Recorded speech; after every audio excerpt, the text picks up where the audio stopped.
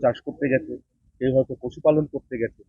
বেছে বেছে তাদেরকে মারছে, এলোপাথারি মারছে নিরীহ মানুষ। আমাদের ভারতের 15 জন মতো মারা গেছে গত 24 ঘন্টায়। কি বলবেন, কি আছে? দেখুন, পাকিস্তান যখন থেকে জন্ম হয়েছে তখন থেকে হিংসা তাদের রাজনীতি, উগ্রপন্থী আতঙ্কবাদ তাদের রাজনীতি, আর ভারতের পিছনে লেগে থাকাটা তাদের রাজনীতি।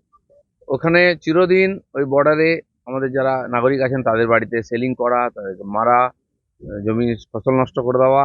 এখন আসতে পারে না ওখানে রেলিং দিয়ে দেওয়ার জন্য। এটাই হয়েছে। সেনার সঙ্গে লড়ার দম নাই, যতবার লড়েছে মার খেয়েছে। আর ভারত কোনোদিন উগ্রপন্থাকে, কোনোদিন টেরোরিজমকে মদদ দেয়নি। ভারত যে ঠিক ছিল এখন ঠেকে সারা দুনিয়া শিখেছে। তাই ভারত তথা নরেন্দ্র মোদীর পেছনে সবাই দাঁড়িয়েছে। এই যারা এইরকম রাষ্ট্র যাদের দম নেই, যাদের সেনারা চাকরি ছেড়ে দিচ্ছে, যাদের সেনাপ্রধান নিজের পরিবারকে দেশের বাইরে পাঠিয়ে দিচ্ছে, যারা সাধারণ মানুষের সঙ্গে নেই, তারা ভারতের সঙ্গে কি লড়বে? আজকে নিজের দেশের মধ্যে যে বৈরী গ্রুপ আছে, সে বালুচিস্তানের হোক বা তালিবান হোক, তাদেরকেই সামলাতে পারছে না। তো সেজন্য এই করে একটু ভয় দেখাবার চেষ্টা করছে, কিন্তু এটা তাদের হিতে বিপরীত।